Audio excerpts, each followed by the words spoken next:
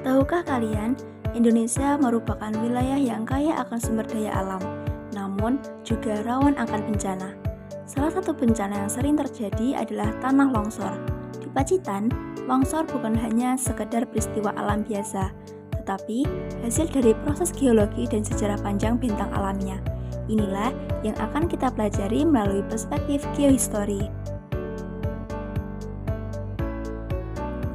Tanah longsor adalah pergerakan massa material seperti tanah, batuan, atau campuran keduanya menuruni lereng akibat gaya gravitasi, dipicu oleh faktor alami seperti curah hujan tinggi, gempa, atau ulah manusia seperti penggundulan hutan, pembangunan yang menyebabkan lereng tidak stabil, dan materialnya meluncur atau jatuh ke bawah.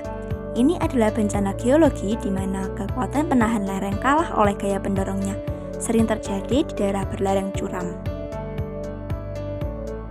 Teori atau geografi sejarah adalah ilmu yang mengkaji peran alam dan lingkungan fisik dalam membentuk jalannya peristiwa sejarah, serta bagaimana fenomena geografis suatu wilayah berubah seiring waktu.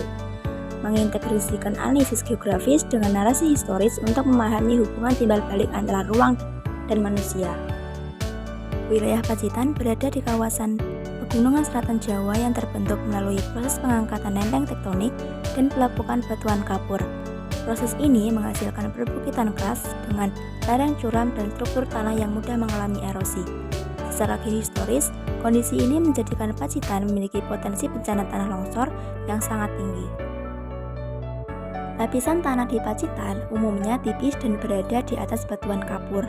Ketika hujan deras turun, air mudah meresap dan melemahkan struktur tanah, sehingga meningkatkan risiko tanah longsor. Dalam beberapa tahun terakhir, Pacitan kerap mengalami tanah longsor, terutama di Kecamatan Nawangan, Tegalombo, dan juga jalur Pacitan Ponorogo. Longsor sering terjadi pada musim hujan dan menyebabkan kerusakan rumah, lahan pertanian, serta infrastruktur jalan.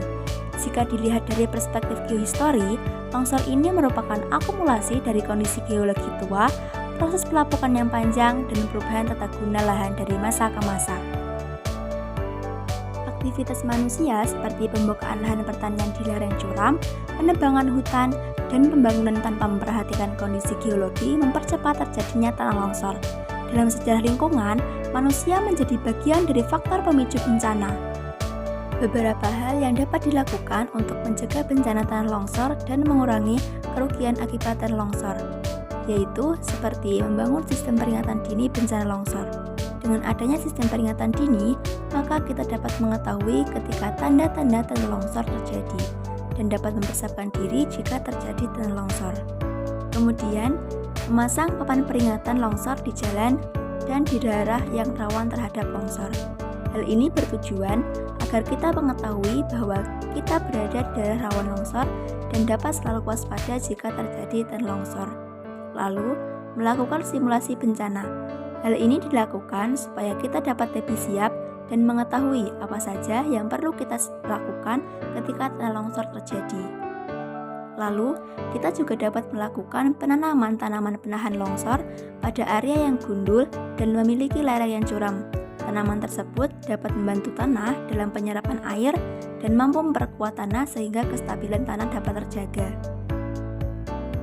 Setelah memahami proses terjadinya tanah longsor dan melihatnya dari perspektif geohistori, kini kita dapat menarik beberapa pelajaran penting dari peristiwa tanah longsor di Pacitan.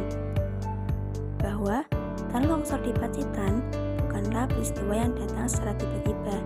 Melalui perspektif geohistori, kita memahami bahwa kondisi alam hari ini merupakan hasil dari proses panjang antara geologi dan aktivitas manusia. Dengan memahami sejarah alam, kita dapat lebih bijak dalam menjaga lingkungan dan mengurangi risiko bencana di masa depan.